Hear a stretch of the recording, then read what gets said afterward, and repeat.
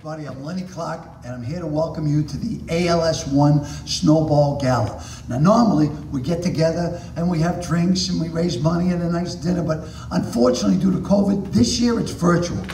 On the other hand, you can enjoy it from the privacy of your own home, and me, I'm stuck in Aruba, but I'm trying to make the best of it. Now, all you have to do to help us out or bid for items in the auction is to go to ALS 1 Snowball 76278. That's text ALS 1 Snowball 76278. We're going to have doctors, scientists, patients. We're going to do as much as we can to make this an enjoyable night for you so we can raise money to end ALS. We want to find a cure, bring awareness, and provide care for the beautiful people that suffer from this hideous disease. So once again, it's text ALS 1 Snowball 76278. Thank you so much. Give generously, and we love you all.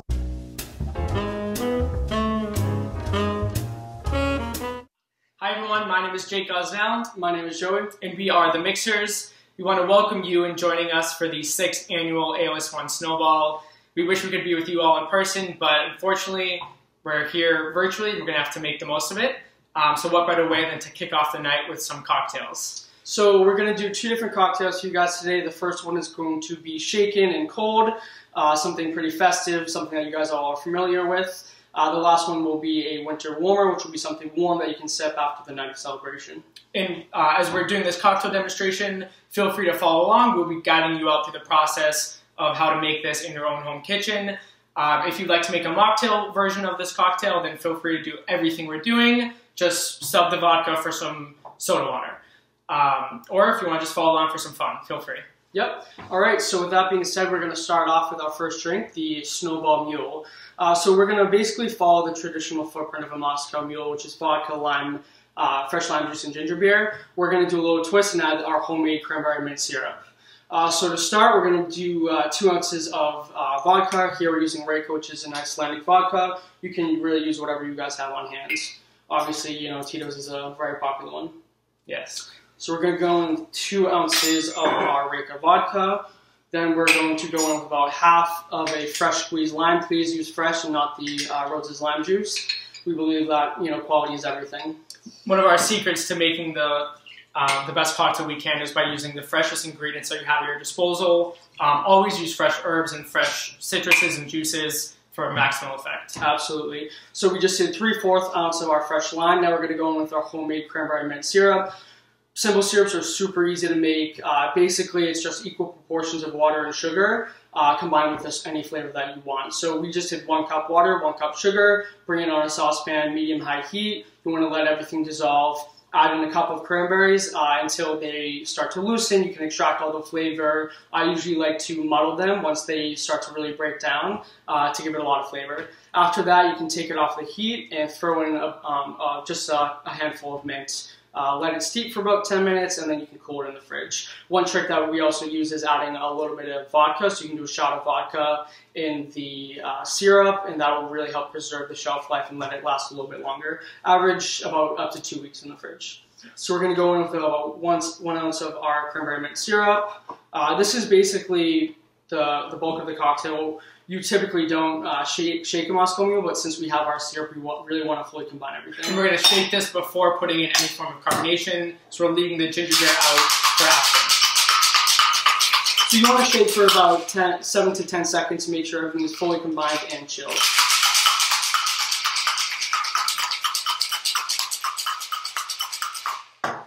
So traditionally, a Moscow Mule will be served in the copper mug, as you all know. For presentation purposes, we're just going to put it into a rocks glass. We have a king cube in there. We're going to fine strain it because we don't want any ice chips. We want a very clear and simple product. All right, so we have it strained in there. And it's a little less red because of the color of the syrup. Now we're going to go in with, we're going to fill the rest of the cocktail with ginger beer. You know, typically 2 ounces, or some people, if you don't like such strong ginger flavor, feel free to cut it with soda water. You can do half ginger beer and half soda water. Now we're just going to go in there and give that a quick stir. And then finally, just top it off with a fresh mint sprig or a cup of cranberries. And here you guys have the Snowball Mule. We hope you enjoyed learning how to make this. We hope you join us in tasting it. Here's to the rest of the night. We hope you guys enjoy the program. We will see you shortly. Stay tuned for a second cocktail. Thanks, everyone. Have a great night. Cheers.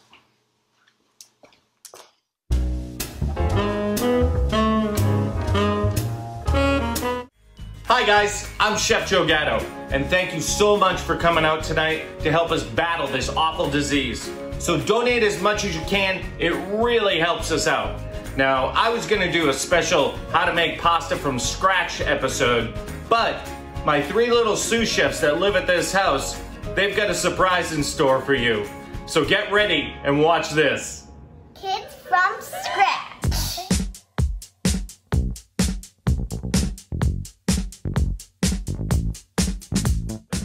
Pasta.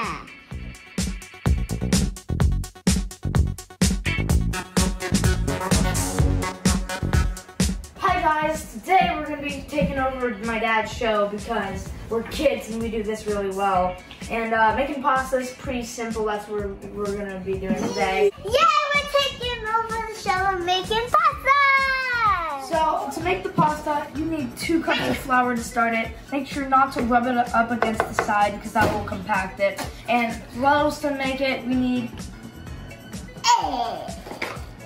So, flour's in, we're gonna put the eggs in, and I'm gonna let Skylar do it. So, I'm gonna just show her. Hey Skylar, look.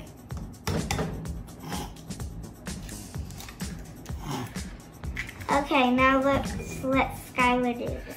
It's gonna get messy. Here we go, Skylar. Crack it in the bowl. Crack it in the bowl.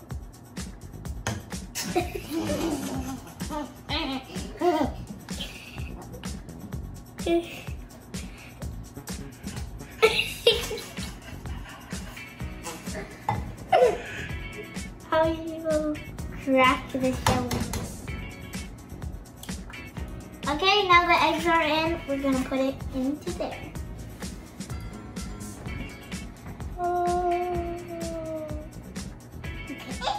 So we're gonna put all of that stuff into the food processor, and you might need to add some water. That's what we have here, because all chickens don't lay the same size eggs, so we need a better ratio. Okay, Skylar, press the button. No, not yet. Come on, press the button. You have to press the button. I'll do it then.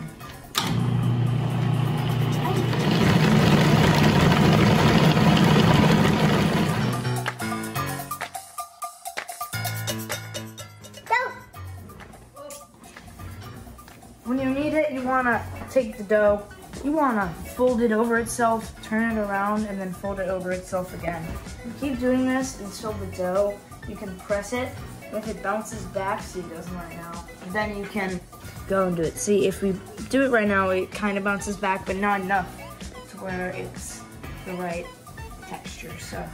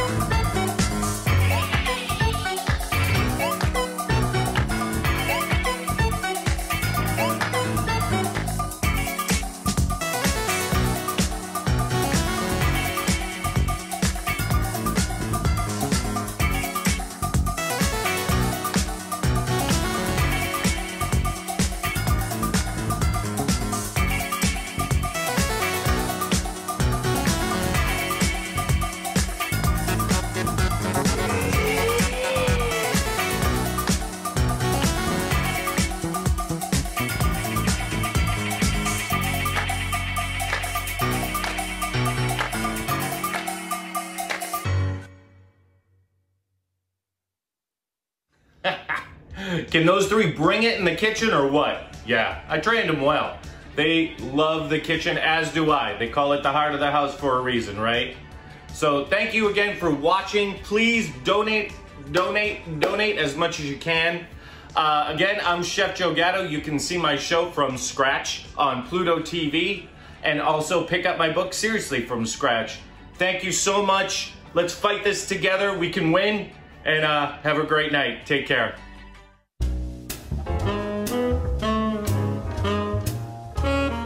Okay, ladies and gentlemen, I want to welcome you here to the ALS 1 Snowball, coming live from the Quincy Marriott here in Quincy, where the actual snowball was going to be. Unfortunately, because of pandemic and COVID, we have to go live from your living room tonight.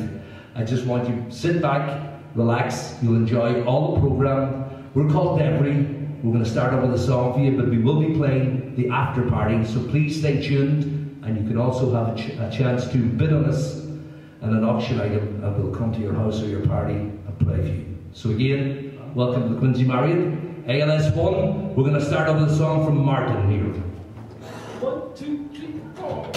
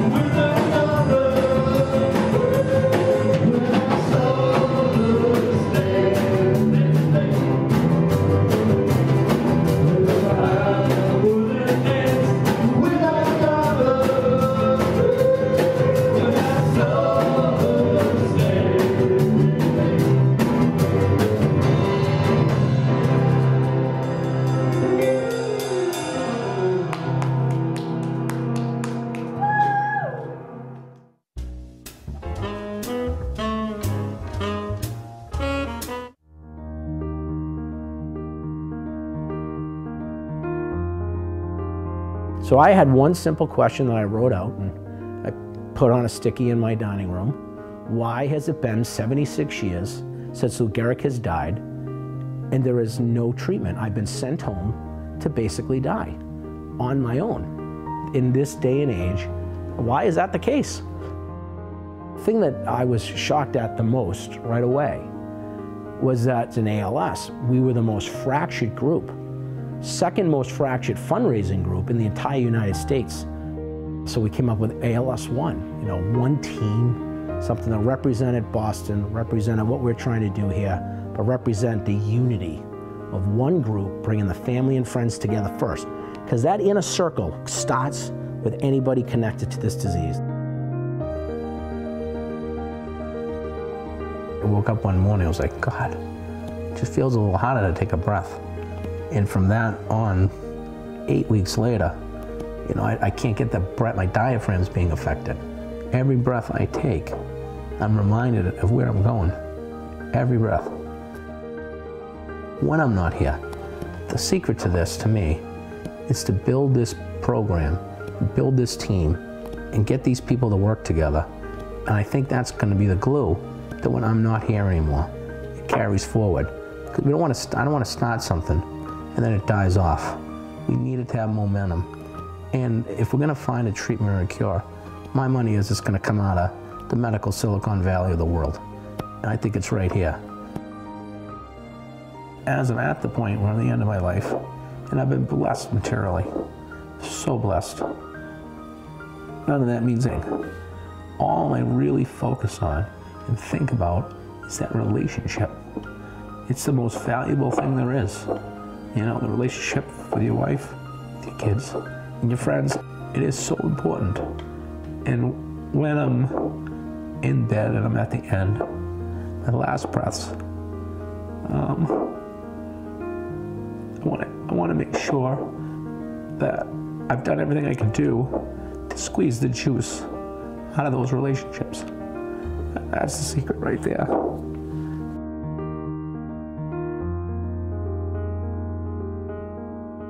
At the end of the day, as human beings, it's not how much we make or all that stuff. I always tell my kids, at the end of the day, a real man's judged by what he gives. That's it. What have you given back during the course of your life?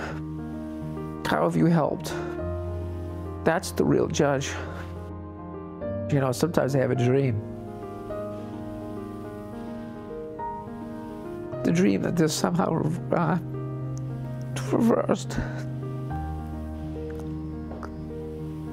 And just the difference I could make would be staggering. That's one thing I wish.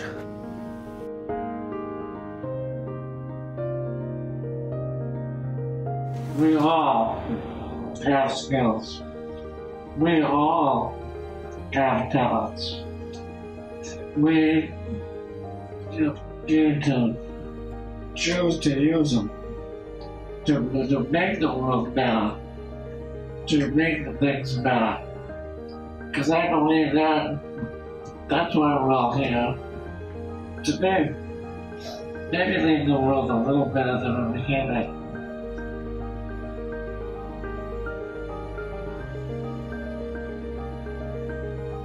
You know, when you're alone, you're stuck. When you're together, you go far. You know, but you bring that together and you have strength. You have unity, you have purpose, you have a movement, you have people coming together as one. This is going to make a change. And if people get behind this, we can change and end this disease. Good evening, and thank you everyone for joining us tonight. We are so excited for our show. And I'm here with our MC, Todd Gorell, Jen, Yeah. Todd's on FaceTime right now. What? It's Todd. He's on FaceTime. What do you, I don't. Hey, Jen. I am trying to get there. I am trying to get there. I promise you. I'm in Colorado. There's no snow here. You can see there's no snow. You can also see I have a flat tire. So I'm running a little further behind, but I'm going to update you and I'm going to find the snow. Well, that was unexpected. Okay, he was supposed to be here by now. I'm not exactly sure that we need snow tonight. Oh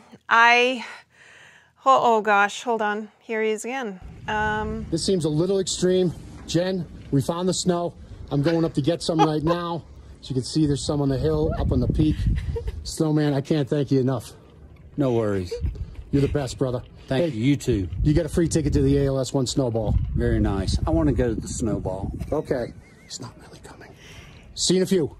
He wants to go to the snowman. Who is the snowman? He wants to go to the snowball. Who is that? Why is Todd in Colorado? Oh my gosh. Wait, hold on. Jen, what's up? Good news. I got the snowballs. Hopefully they didn't melt, but I'm back. If you can tap dance or something for like a couple more minutes, I'm almost there. I'm running in. We got the snow. We're good to go. Ooh, that's catchy. We got the snow. We're good. I'll see you in a few minutes. Okay. Okay, well, looks like Todd is going to be a little late, so let's just get this snowball rolling. Oh my! I got the snow. I got the snow. How are you? He's here. This is so exciting. Everybody's here. We got the snow. We can go. You are a nut. I am ready. Awesome. Are you ready? I'm ready. This is going to be Oh such an my awesome gosh. night. Okay. All right. Well, here you can. I'm gonna hold on to the ball. What's with all the? I thought this was a Zoom. Should I go put some pants on? I see that. Yeah. Okay. No, yeah. I mean, you're good. You're good. I but didn't. Okay. okay. All right. I'm going to see you in a few. Woo. Phew. Okay. Well. Now we all have everyone, including Todd and all of you from afar, and we're so excited to get the snowball rolling. My name is Jen DiMartino, and I'm the Executive Director of ALS One, and I'm truly excited to have the capability to be in your homes this evening. Thank you for welcoming us in your homes and being here for us for our most important event of the year, which serves as really the foundation by which we are able to advance our critical research while providing care resources and equipment throughout the entire year. We know that this is far different from years past, and we've got an evening filled with impact, hope, and inspiration. Without further ado, I'd like to introduce our chairman of the board, who is coming live from his home in Georgia, Mark Sullivan. Mark? Good evening, and welcome to the 6th annual ALS One Snowball Gala. I'm Mark Sullivan, I'm chairman of our board, and I'm coming to you regrettably from my home in Atlanta, Georgia, virtually rather than in person as we usually do each year. Before we get started tonight, I want to thank everyone for being here, but I have a couple of people I really want to thank just to highlight as we get moving. One, I want to thank our care team. Ron Hoffman and the amazing people at Compassionate Care ALS One. They've navigated through quite a storm here with the COVID-19 challenge, and they've done some extraordinary things this year to take care of the families and the impacted people with ALS in our community. Their efforts are just extraordinary, and I wanted to explicitly thank them. I wanted to thank our cure team, the amazing doctors at MGH, Dr. Merritt Jakovich, Dr. James Berry, and the incredible things that they're doing at the Healy Center that you'll hear more about this evening. I want to thank Dr. Brown, the godfather of ALS, our leader, who has made so much progress in the fight against ALS over the years and continues to do so. When you hear about the progress that's being made, I think you'll be inspired this evening. And I want to thank Steve Perrin from ALS TDI. The efforts that are happening there are incredible. And this team has collaborated as one team for years now with us. And their ecosystem has grown each year. So more and more and more participants are helping, sharing their successes and failures as we address the needs in the ALS community and fight this horrible disease. Thank you all so much. I also want to thank our board of directors. Michael Braun, Matt Hogan, Jen DiMartino, and now Scott Gosnell, who follows in the steps of his father in supporting, who founded this amazing organization. Your wisdom navigating through a very challenging year has been overwhelming. We've made some great decisions, and we've hit or exceeded all the goals that we set forth to have at the beginning of the year. Quite extraordinary under the circumstances. I want to do a special shout out to Jen DiMartino. Jen is our leader, our rock, her inspiration every single day, 24/7 in driving this organization forward. The energy, the passion, the commitment that she shows every day to the success of this organization, everything that we've dreamed of is simply extraordinary. Without Jen, we would not be here, and her leadership has been a constant source of inspiration over the years, and it continues to be every single year. Thank you, Jen, for everything that you've done for ALS One. I want to also thank our volunteers, people that show up during a pandemic and try to help in any way they possibly can, whether online or in person. Without these volunteers and without this community, we would be nothing. And your contributions through the years have been extraordinary, especially this year. Thank you for all that you've done. Lastly, I wanted to thank all of you that are here this evening. It's yet another virtual call. It's yet another moment in front of your computer in a year full of moments in front of your computer. Thank you for your determination and grit in sticking with us. Thank you for everything that you've done. Thank you for showing up and supporting our cause and what we're trying to do. You'll hear tonight some amazing things about the progress that has been made. So sit back, have some fun, enjoy your evening, and a sincere, heartfelt thanks from all of us as we've navigated through this year. I very much look forward to seeing you all in person next year at the ALS One Snowball Gala. That will all be held in the traditional way rather than this virtual structure. However, enjoy your evening tonight, and I look forward to seeing you next year. Thank you. Well said, Mark, and I certainly do hope that is the case. We are so looking forward to seeing you and Heidi again soon, and thank you, Mark, for all of you do from afar during these challenging times and always. You are always an incredible leader, and I'm proud and honored to work alongside you in this important mission. I'm excited now to transition to talk about 5 folks who really were examples of our incredible silver linings during this extremely challenging past year, where in-person events were largely non-existent, and as such, our fundraising and team events took on a very different look. Somehow, these 5 made it look easy, and we sure know that it wasn't. I'd like to start with Julie and Michael Fauché. Julie has been a part of our fabric really since it was sewn together, and her son, Michael Recycle, has been right by her side and ours. We go now to Haverhill, Massachusetts. Hey guys. Thanks, Jen. We're so happy to be here tonight with all of you. This is a super special night, and we're always honored to be a part of any event with ALS One and the ALS One family. I am Julie Fauché, and this is my son, Michael, otherwise known as Michael Recycle. And you want to tell how you got your name? Yep.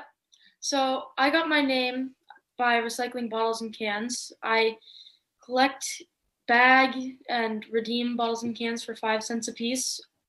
And we're almost at, I think we've total, I think over 300,000 bottles and cans, and truly every 5 cents adds up. And Michael and I have been not only collecting bottles and cans for this cause.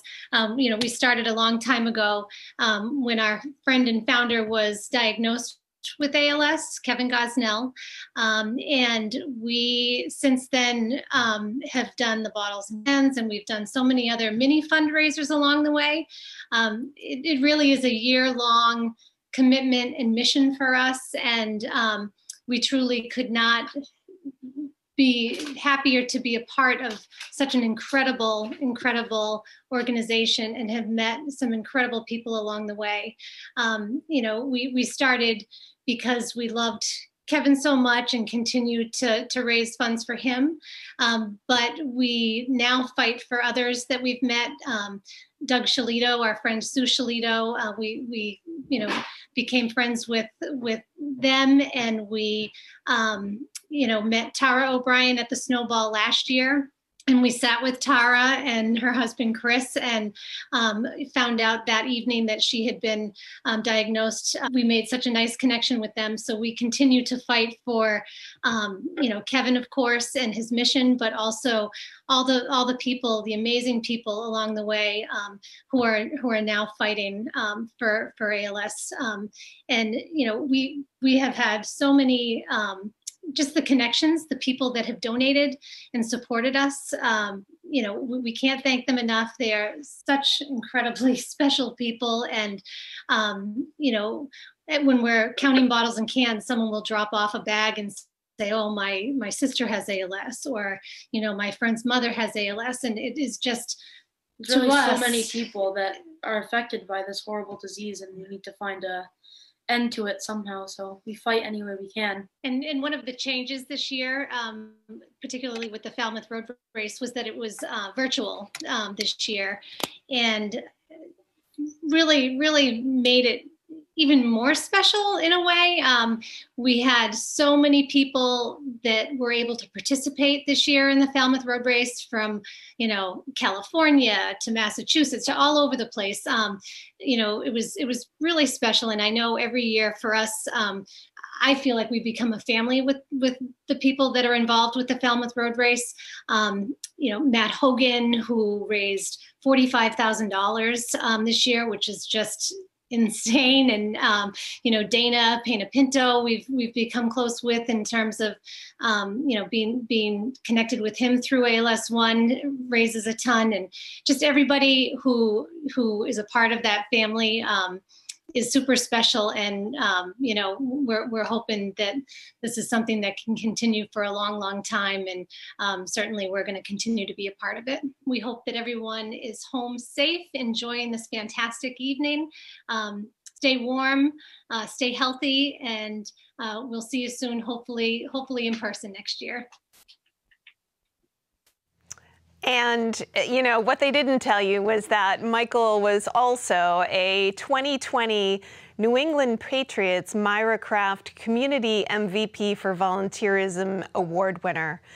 We nominated Michael for his tireless dedication, and his award included $10,000 from the Craft family to support our mission, bringing Julie and Michael's contributions to ALS One to over $110,000 over the years.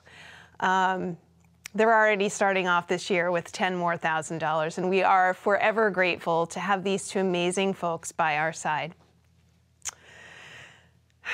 We are going now to upstate Vermont, a few miles south of the Canadian border, to a home of two very special people, Jeff and Kathy Marchant. Jeff is a retired teacher and originally got involved in the fight against ALS after one of his favorite students' fathers lost his battle. Jeff turned a heartbreaking and tragic event into one of hope. And Jeff and Kathy, we are so grateful for the impact that you've made for us this year. Thank you, Jen, for inviting us to the 2021 Snowball Gala event. I'm Jeff. And I'm Kathy. We're coming at you from rural Vermont, where we hosted the 2020 ALS bike ride back in September.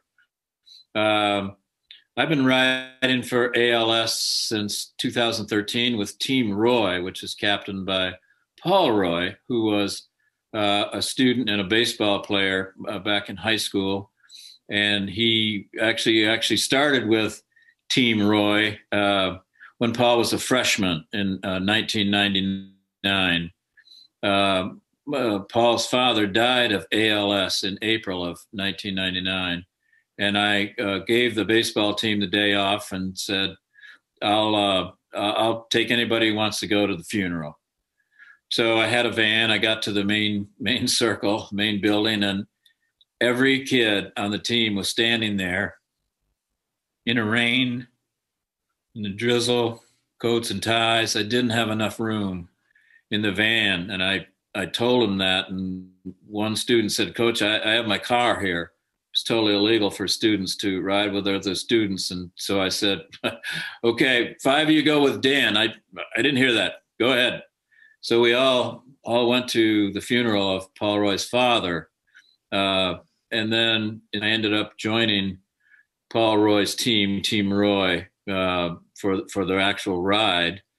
And in 2014, Kathy and I decided to do it locally. So now it's a 32-mile dirt road, back road loop, totally local roads here. I've done it solo before, up to 2 riders. This year, however, I've switched over to ALS One, and Ashley helped me join up with ALS One. We cooked up this event. Had no idea how it would go. In fact, we were expecting the worst in the middle of a pandemic. We usually have 100, 125 sponsors. There were far fewer this year. So we were preparing for the worst, and we ended up having the best. We had, through the generosity of the sponsors, we actually raised more money than we had in past years. It was a gorgeous, gorgeous fall day, beautiful autumn landscape. We ended up with 6 riders this year, which was a record. They came from far away as Missouri, Connecticut. But we had 6 riders and we had a whole lot of fun. It was 5 hours of mostly fun, a lot of exercise. Paul Roy could not do it this year. He has a family of 4 children under the age of 7. So he handed it off, and we actually became Team Roy. I don't know if you can tell on our shirts, but it's Royals. So Roy, Paul Roy, and ALS has nothing to do with monarchy. This is a shirt that Ashley, there's Robbie Price, designed. So every rider has this shirt. It's just an amazing amount of creativity and energy and effort and dedication from a small group in rural Vermont, really eager to work for a cause larger than all of us. So we had a terrific time, and we raised $25,000, which was, again, more than ever in the past in a pandemic year. So we had a lark doing it. Ashley was instrumental in making it all happen. The sponsors, the support crew in the pickup truck led by Kathy.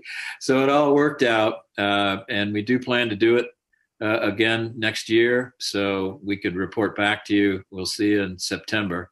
And again, Jen, thank you so much for having us join you for the gala here. And we hope everybody has a terrific rest of the evening.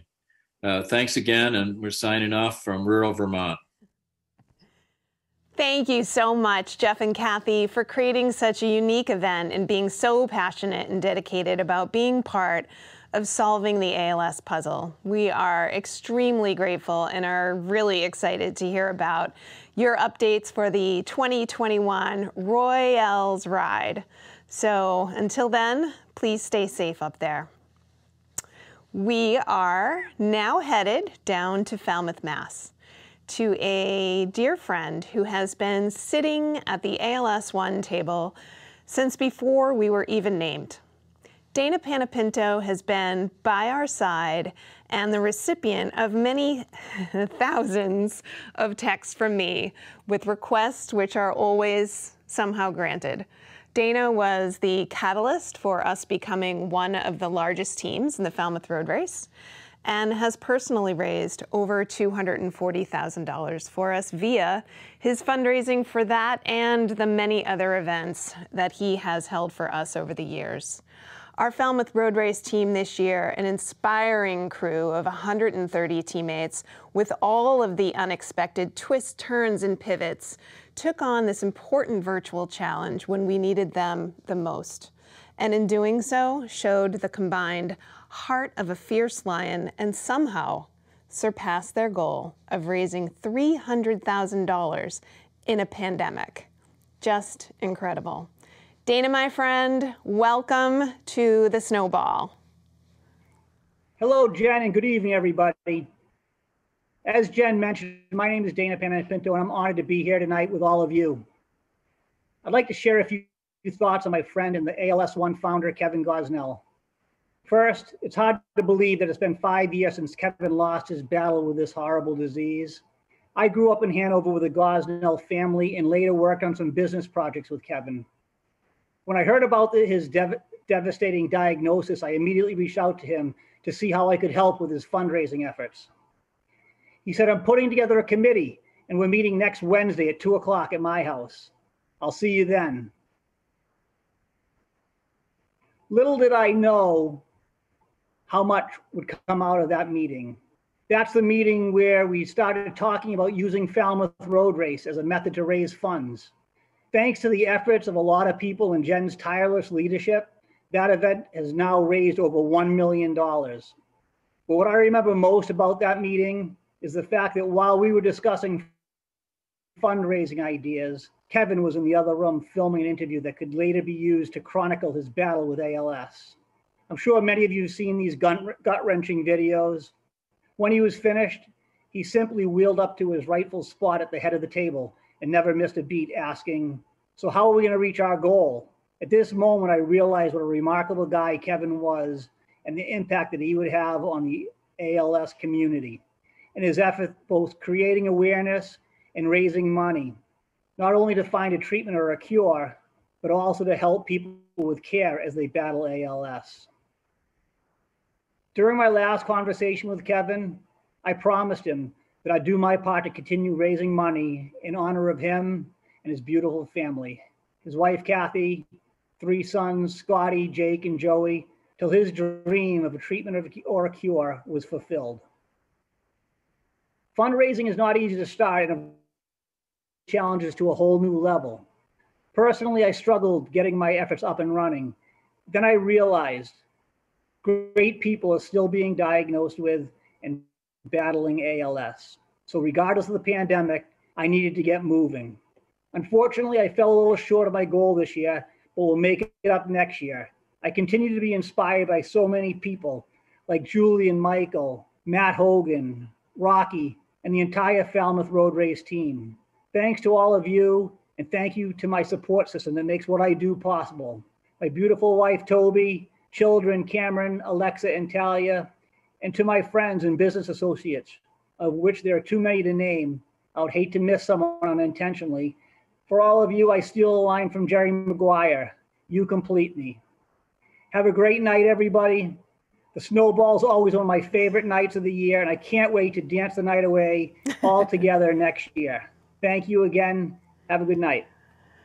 Oh, Dana, to steal another quote from Jerry Maguire, you had us all at hello. What Dana doesn't tell you that is his yearly goal every year is $50,000. It is not easy. So when he says that he did not reach his goal, he far surpassed what was ever expected of him. Thank you, Dana, from the bottom of our hearts for all of your unwavering support that has never, ever faded. Just incredible. And staying on the South Shore of Massachusetts, we are now headed to Hingham, Massachusetts, to the home of Maura Harold. Running in memory of her mom, Mary Ellen Standring, who lost her battle to ALS in 2014, Maura was the anchor of our Boston Marathon team this year, raising over $58,000 all on her own. Doing this in a typical year is extraordinary, but doing it in a global pandemic, it's just, well, mind-boggling. Thank you so much for joining us tonight, Maura. Thanks, Jen. Hi, everyone. As Jen mentioned, my name is Maura Harold. I was a member of the ALS1 Boston Marathon team for 2020. It was a very different marathon, as everyone knows, this year. I joined the team as a member because my mom was diagnosed in June 2013. She passed away November 19, 2014 at the age of 67 from ALS. And I wanted to run because I'm able to run, and my mom at the end was not able to really do anything, and she really wasn't able to do anything for herself. She spoke through a computer, she ate through a feeding tube, she couldn't walk, and at the end her breathing really was so difficult, and we were very blessed that she was able to pass away in her sleep at home. And the ALS1 people really helped our family out and are continuing to help families all around the country and Massachusetts and the world to put an end to this terrible disease. We're not sure what 2021 Boston Marathon is going to look like. This year, I ran through the streets of Hingham, Massachusetts, where I live with my husband and 4 kids. It was an unbelievable experience. I was able to run with friends. I was able to run with other marathon runners who had numbers for this, who were running for charities. And it was really a great experience. I had friends and colleagues and really support me. I was able to raise almost $60,000 for ALS1, which was amazing because I never in my wildest dreams thought that I would do that. I I've ran one other marathon. I ran it in 2004 for the Leukemia and Lymphoma Society. My mom was at the finish line for that marathon. And the first thing I said is, I will never do this again. And I truly didn't believe I had it in me. And then this year, my cousin Bethelinius was also a member of the ALS1 marathon team. And she was doing it. And I said, you know what? I'm going to do it too. So I know my mom was pushing me along the 26.2 miles through Hingham, and it was an awesome day. Really was awesome. So I hope you are all having a wonderful night and watching the gala. I know we are, and next year hopefully we'll be back in person and able to celebrate together, everyone live. Have a great night. Thank you so much, Maura. Maura ran like the wind. She blew by her record from 2004. And Maura, I have no doubt that your mom was with you at the finish line this year, just as she is every single day. We hope you know what a tremendous impact that you and the entire marathon team made for us this year. You were all incredible silver linings. I'd also like to take a moment to formally acknowledge all of the generous sponsors who are also silver linings in this incredibly challenging year and really have stepped up and made such an incredible difference, especially for our gala here tonight. Without their help, we would be unable to advance our mission. For the first time ever, we have a $50,000 presenting sponsor. We cannot thank Tony Ferrara, owner of Superior Rail and Iron Works, enough for his incredible generosity. Tony lost his mom to ALS 20 years ago when he was a young guy. And Tony has been on the front lines since that day, doing all he can to support research and care in her memory. I would also like to thank our $25,000 Beacon sponsor, Lori and Matt Hogan, our $20,000 premier sponsors, Biogen and Carolina Asphalt, our $15,000 signature sponsors, For You, I Will Fight, the Braun family, and Valdez International. At the $10,000 legacy sponsorship, Mark and Heidi Sullivan and T&K Asphalt Services. All of you and all of our sponsors here tonight, who you have seen listed in the pre-show and will definitely again in the post-show, mean the absolute world tonight to us. Without further ado, it is my honor now to introduce you to our next segment, which will feature some of our partners who are here to give updates on groundbreaking research and unparalleled supportive care, which still took place during this incredibly difficult year, due to their dedication, their passion, and their unwavering persistence. We will be going live to the homes of Dr. Merit Sokovich, Dr. James Barry, and Dr. Bob Brown. Good evening. Thank you for being here for the ALS1's virtual snowball. I can't wait until next year when we're all together. This foundation is unique and amazing. I feel very privileged to be working closely together with Jen and all of the people involved in ALS1. We are really fulfilling the vision and mission of our friend and our founder, Kevin Gosnell, who saw how research and care could be accelerated by working more closely together and by funding the best people and the best projects fast. I want to talk about just a few of the great things that have happened because of all of you and of your support for ALS1. The first is the launch of the first platform trial in ALS. This is a new way to accelerate how treatments are developed in ALS, and ALS1 has provided support and key advice as well for us to get this off the ground. We are now testing 4 drugs at the same time. We're sharing data between the treatment arms, and we're going to be able to have the results of whether those drugs work or not by the end of this year. And that is about 4 times faster than ever done before. They also help us build a companion program called an Expanded Access Program, which is the ability to provide treatments that are in trials to people perhaps who might not be able to be in that trial for whatever reason. And so we have now, thanks to the support of ALS One and other groups, been able to provide expanded access to over 100 people with ALS.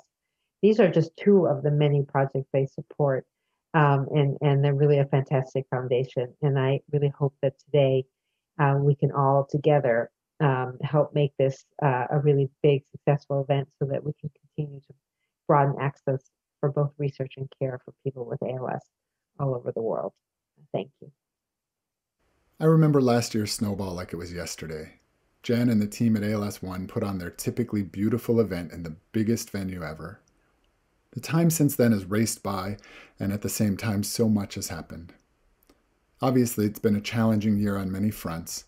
We're all weathering a lot, and yet amidst that, there have been so many hopeful breakthroughs in ALS. 2020 saw the release of results from a number of major phase 3 trials. Not all of them were successful in slowing ALS, but we learned a lot. And this is a tough disease. We move on, better than we could have before without the knowledge that we gained. And the Centaur trial of AMX0035, led by my close colleagues Dr. Sabrina Paganoni and Merit Sikovich and others at the Healy Center. Wow, we just don't get successes like this one very often when we're up against ALS. The trial showed a slowing of disease and longer survival, really robust results, really exciting. And the trial of Neurone showed a remarkable biomarker response, and there's a great deal more to analyze in the clinical data, giving us even more hope against ALS. And 2020 saw some additional successes that are incredibly important as we set the stage to beat ALS altogether. The Healy platform trial has transformed the ALS trial landscape across the country. 54 sites, hundreds of patients, enrollment rates that we simply haven't seen before, excitement about the efficacy, the patient-friendly design, the novel trial approach, and the greatly reduced burden of placebo.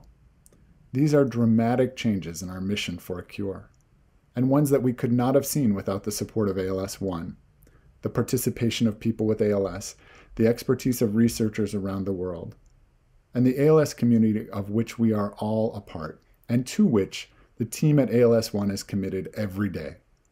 Not only did 2020 see the start of the trial, we actually added a 4th regimen and set up to add more regimens throughout 2021. This is what success looks like. We're also developing new ways to target the root cause of ALS. We saw results from a study of virus-delivered gene therapy from Dr. Bob Brown. We treated 2 people with a virus that was engineered to deliver a genetic payload to cells in the brain and spinal cord. And that payload turned off the offending gene in these 2 people with ALS. In this case, a mutated form of a gene called SOD1, which Bob Brown and others discovered to have been causative of ALS years ago. Can you imagine? First he discovered the gene mutation, and then he spent decades figuring out how to turn that mutation off, and treated 2 people with that invention. More needs to be done, but it looks like it can turn off the lights on that mutation. At the same time, Biogen published results on a second way to turn off the mutation that looks like it is working in the phase 1 trial, using a small piece of engineered DNA called an ASO. This technology is not that different than what Moderna and Pfizer vaccines are using against COVID, I should say.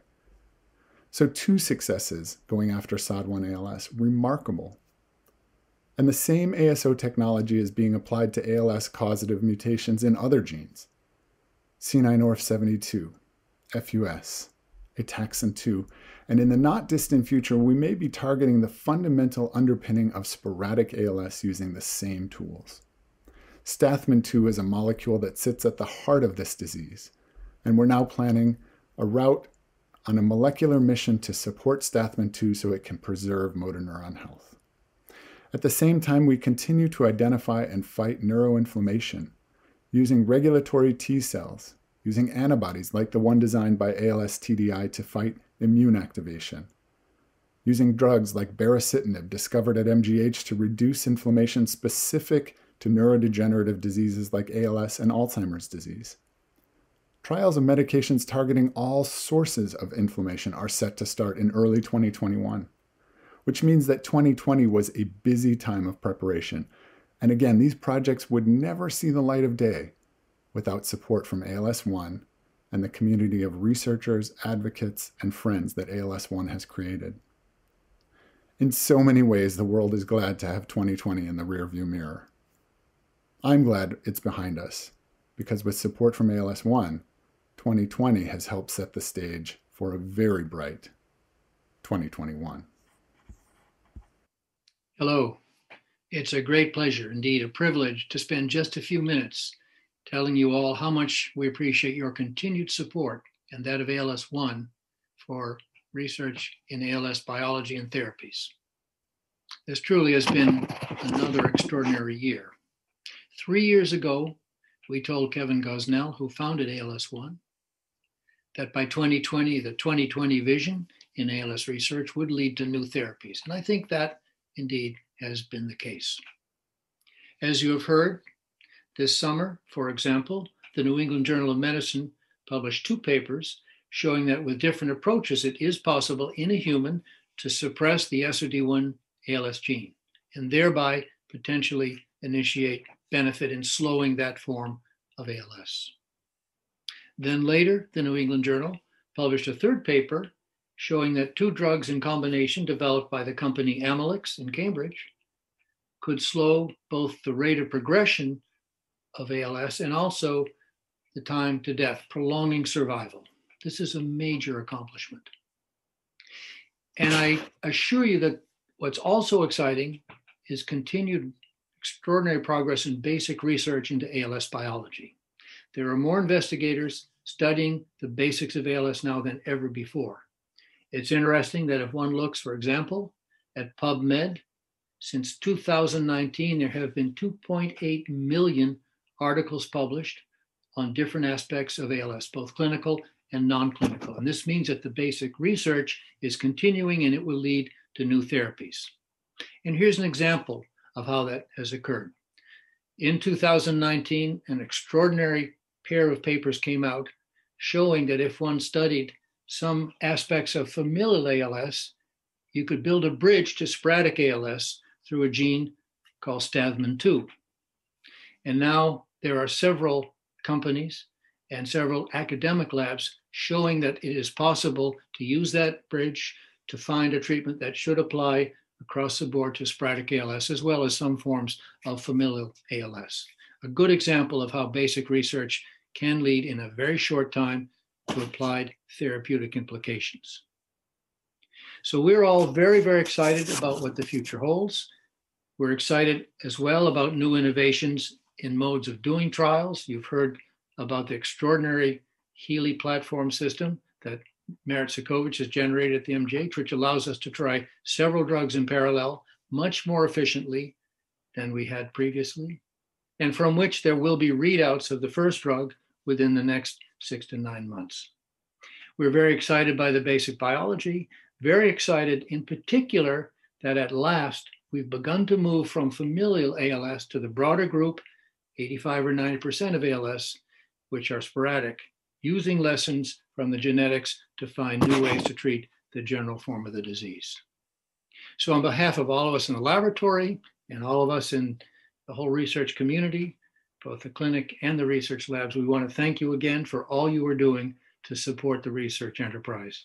There are palpable manifestations of success, and for that, we owe you a huge debt of gratitude, and we thank you so very much. Take care. Thank you so much, Dr. Brown. Thank you, Dr. Sikovich and Dr. Berry.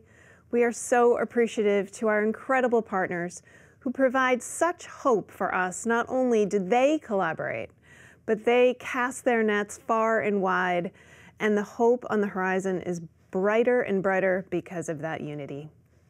Equally important is our other pillar, the care side, ensuring that those living with ALS have the resources and equipment to navigate and live the best quality of life.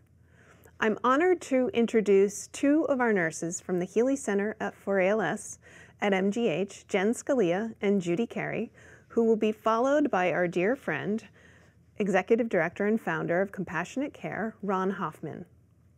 The care and resources that these incredible people and their teams provide to those living with ALS and their families is essential and selfless and the world is a better place because of them.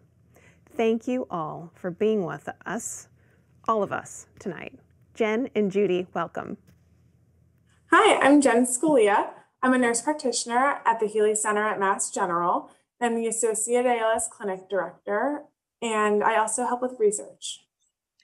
And I'm Judy Carey, Research Access Nurse at the Healy Center. And Jen and I are honored to be zooming into your homes to talk to you at the 6th Annual ALS One Snowball Gala. We've been very grateful to be a part of ALS One since its inception. ALS One has been a great support for both the clinical and research work at Mass General, and we really value ALS One's mission with patient-centeredness and collaboration being at the heart. And of course, finding a treatment. And in my role as research access nurse, I really enjoy talking with people who want to get involved in research but are not sure where to begin. I also love to connect people to trials that they are interested in participating in. The bottom line is research gives people hope and trials give us answers. I'm very grateful to be a part of this crucial mission for people living with ALS everywhere. And Judy, in your role as research access nurse, did you find 2020 to be different?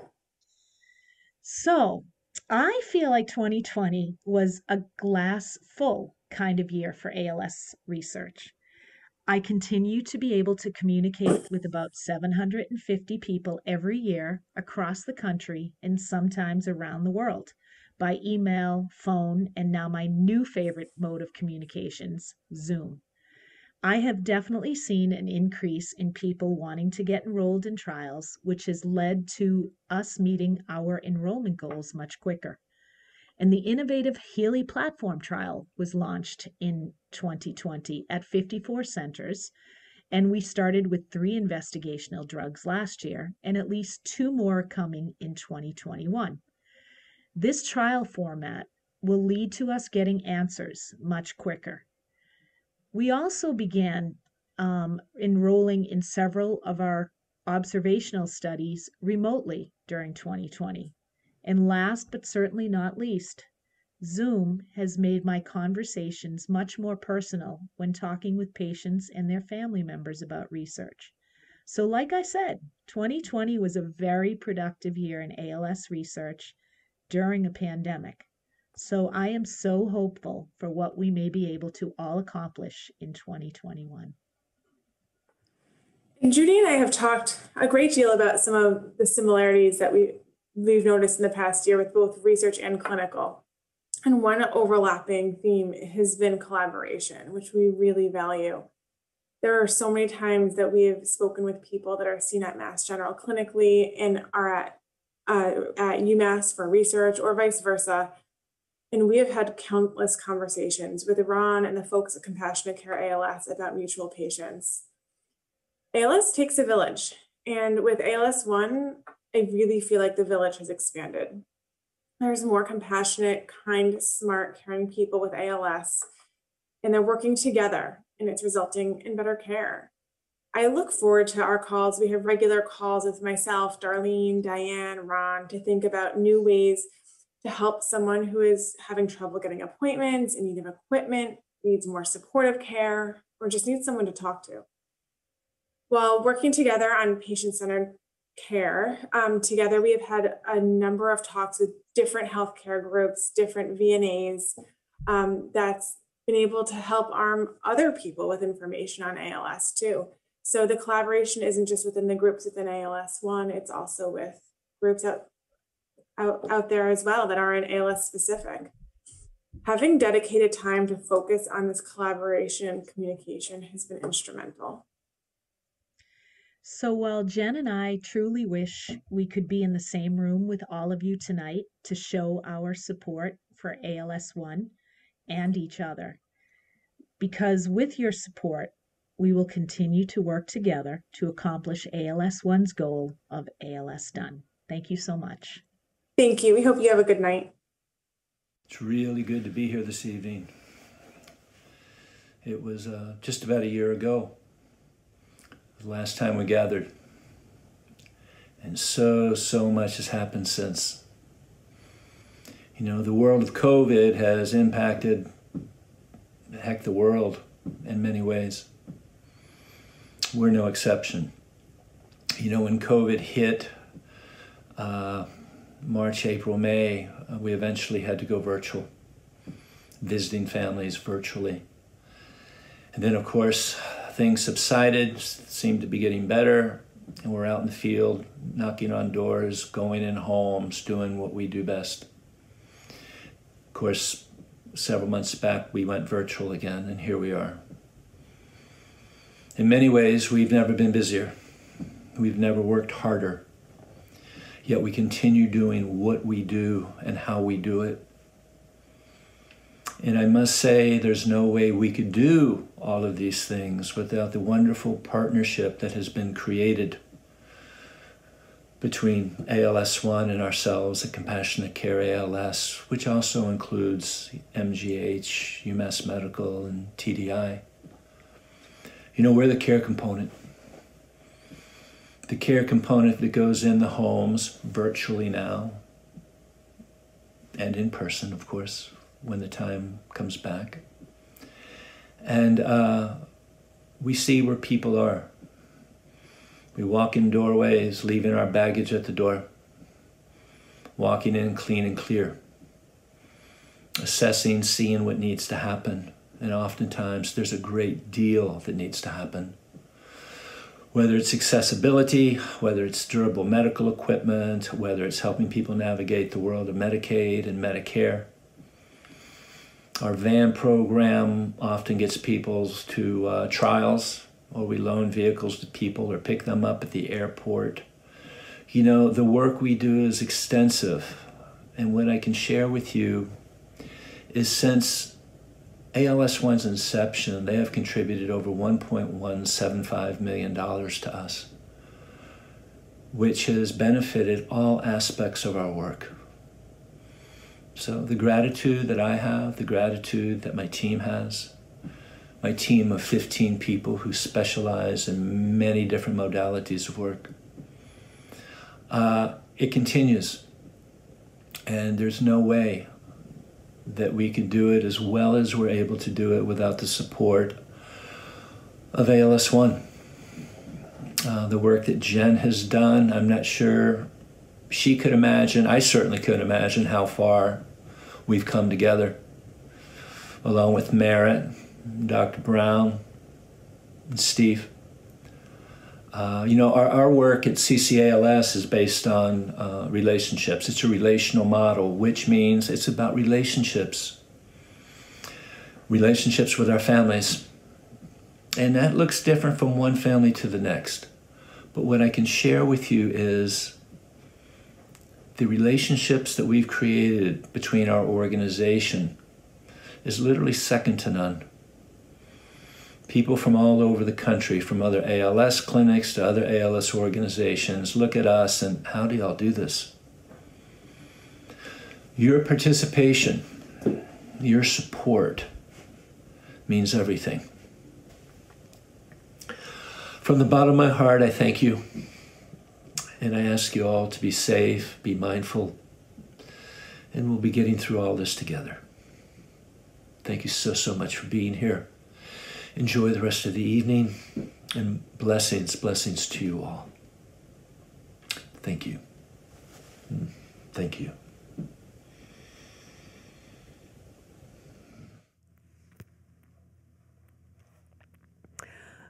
A very special thanks to all of our partners for being so genuinely invested every single day in providing hope and support to those living with ALS now. It is so inspiring to know that even in a global pandemic, we have been able to advance such important work. We now come to our inspiration portion of the evening. The reason we are here. Every 90 minutes, someone hears the devastating words, "You have ALS," and theirs and their families' lives are forever changed. The folks who you will hear from next are three brave people who who have received those words but have faced the disease with courage, strength, and optimism, and they and all others inspire us daily.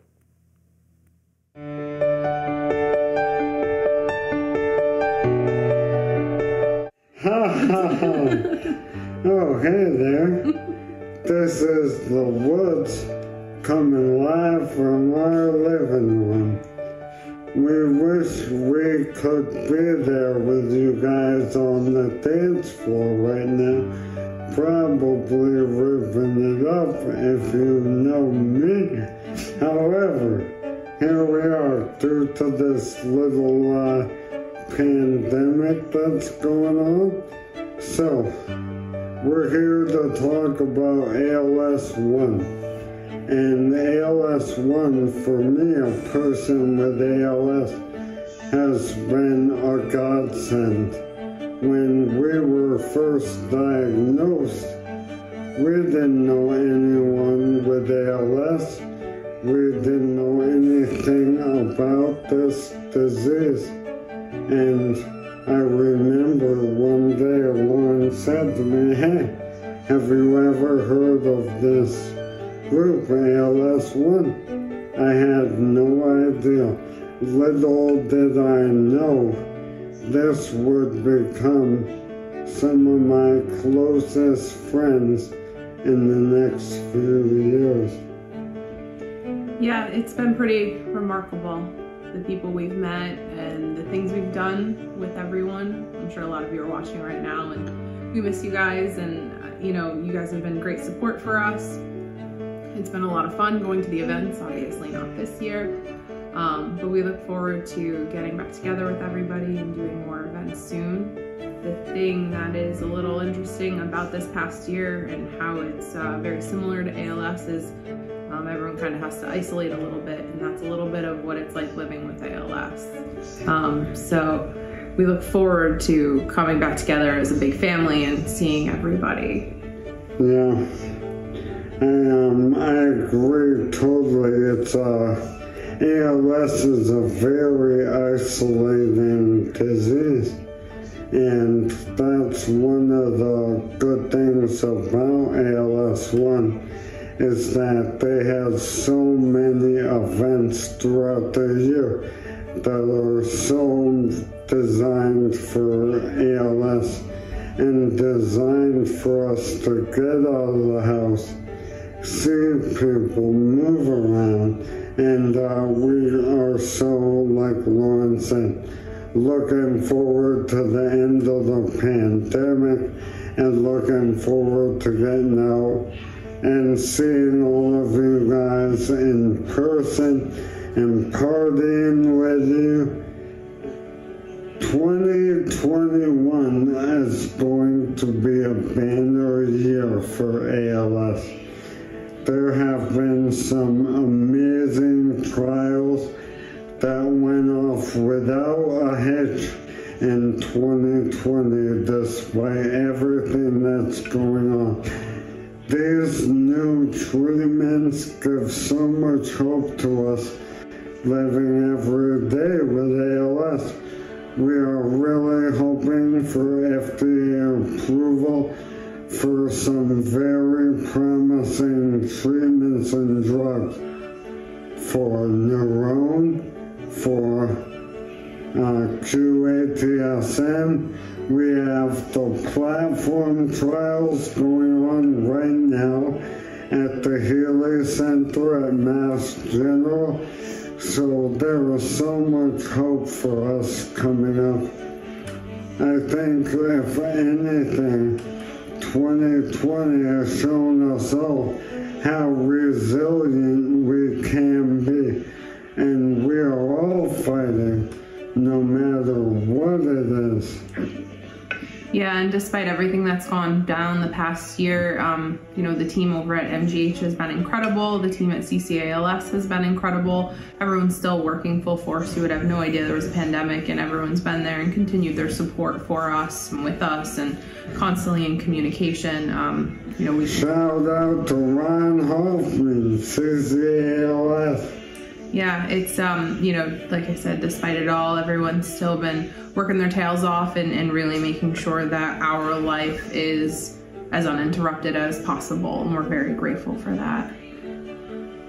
We are all so grateful in the Wood household for ALS1, for all the hard work Jan DiMartino has been doing. We love you. We love the whole staff there at ALS1, at CCALS, my people at Mass General, the Healy Center, Dr. Barry, what's up? And guys, we really look forward to a better 2021. We look forward to a treatment or cure for ALS this year. We demand it. You guys are working so hard, and we are working hard on our end to stay alive. So we look forward to a better year. We love all of you. For sure. Happy New Year. Happy New Year, guys. Have a good night.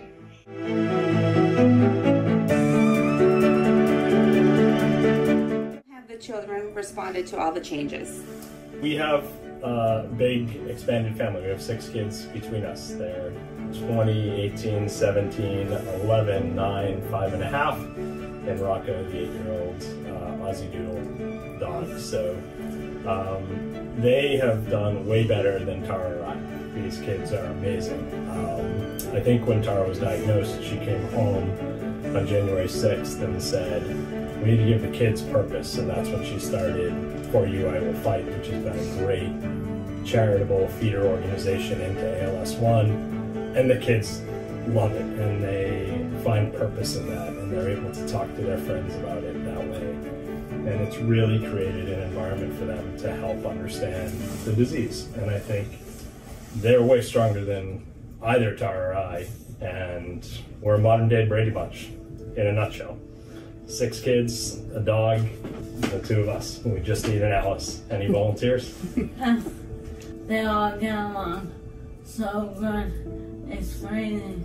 Even the 2 little girls know if I cough, they run and get me water.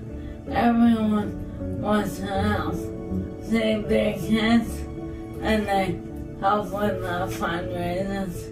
Everyone is involved in raising money. So, write and find us here. What's the most frustrating thing you see on a day-to-day basis? For me, the fact that ALS is considered a rare disease is simply insane. It is not. I know so many people that have it, and so many people that know someone, and that's why people reach out to me and say, hey, I know someone. This is not rare. This is wrong, and they need more money for us now. And why it doesn't get the funding, the resources, the attention that things like oncology do is by far the most frustrating part of this disease. Some of you know me, I'm a 20+ year industry professional in this space. This is my first time as a primary caregiver, and the frustration is real. And I feel so differently for our patients and their caregivers now than I ever did, because the battles are administrative and they're bureaucratic, and they're not the battles that you should be fighting as a patient. We should be fighting for quality of life and better experiences, and instead we're fighting red tape every single day. Finally, what's special about ALS1 to you? Yes, I love Nat. She is so nice.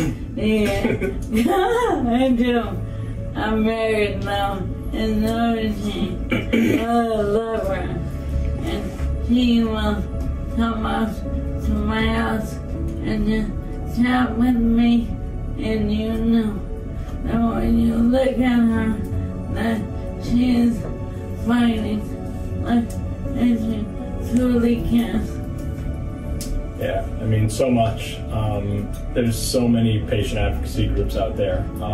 ALS One was the first one to really reach out to us, and the serendipitousness of everything they do is frankly just insane. The founder, Kevin of ALS One, was a student of my father's, who was an educator and administrator in Hanover more than 30 years ago. And when we sat down at the table a year ago and started to make all these small world connections, so much just hit home. And the people that are involved with it have one mission. They want to take the noise out of the collaboration environment and get patients therapies, cures, and access to things that they need. And the fact that there's an organization so committed to fostering collaboration and filling the gaps that don't exist in individual organizations is a testament to the work that Jen and Ashley do as a staff of two, but it's also a testament to all of you who are in this virtual room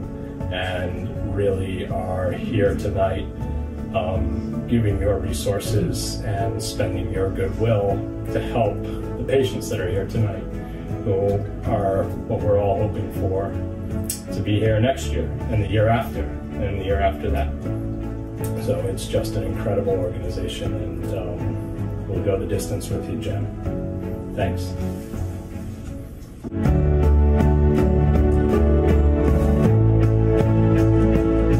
Thank you so much, Jen. I feel incredibly blessed to be among such a distinguished panel of clinicians, care providers, and other individuals living with ALS, many of whom I have had the privilege of working with during my own battle with the disease. About 10 years ago, I began experiencing weakness in my arms. Upon seeing a local neurologist, my husband Mike and I heard the words that would forever change our lives. You have motor neuron disease. The neurologist gave us no hope, no additional information. He just simply said that I had 3 to 5 years to live and should consider getting my affairs in order. Over the next several weeks, I cried every time I saw my young children, consumed by the thought of them growing up without a mother, wondering if they would even remember me. After a month of crying and hopelessness, I woke up one morning with a new outlook. I could choose to let ALS take what life I still had, or I could fight for me, for my family, and for all those living with ALS. My first step was finding a well-respected neurologist at the forefront of ALS research. Little did I know that I would soon be meeting with Dr. Sudkovich and her extraordinary team at the MGH ALS Multidisciplinary Clinic. They immediately offered us hope, walking us through all of the research trials MGH was leading. Their optimism and excitement for what the future would bring was contagious. Mike and I knew we had found the right partners in our fight against ALS. Filled with hope, I began participating in every trial available to me. The ALS clinic became my home away from home. Just being around doctors and nurses so dedicated to finding a cure inspired me to fight each day. I truly felt like I was their partner in research. Every time I was at the clinic, I would be approached for new trials. It was invigorating. Helping to find a cure for this devastating disease became a beacon of hope for us, and Mike and I vowed to never stop fighting. While I participated in trials, Mike committed himself to raising much-needed money for ALS research. He joined the ALS Association marathon team, running the Boston Marathon 4 times. He then learned of ALS One and quickly got involved, joining their Falmouth Road Race team. Over time, I no longer qualified for most research trials, and training for marathons was taking a toll on Mike and our family. Wanting to continue our involvement in the ALS community, Mike and I founded Team NSF. NSF not just being my initials, but also representing our commitment to never stop fighting. Together with friends and family, Team NSF is dedicated to helping advance the progress of ALS-1's critical initiatives towards finding a cure for ALS and helping those living with it now. Every day I count my blessings.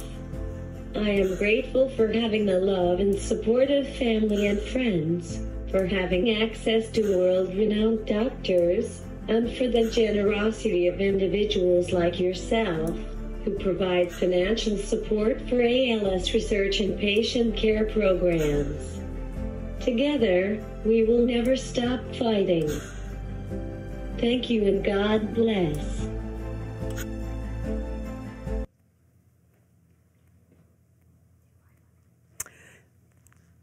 Thank you so much, my inspiring friends. You have no idea what an honor it is to be able to call you that.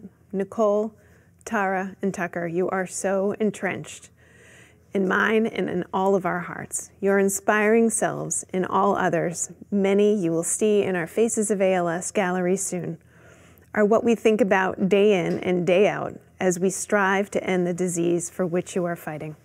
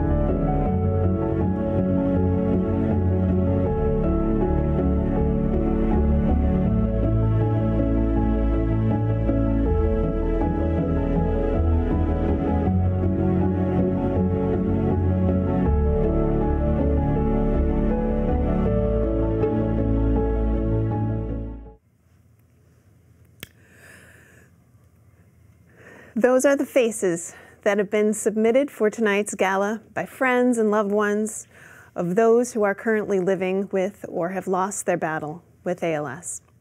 Your support tonight directly impacts the lives of all individuals living with that disease who we have in our hearts every day.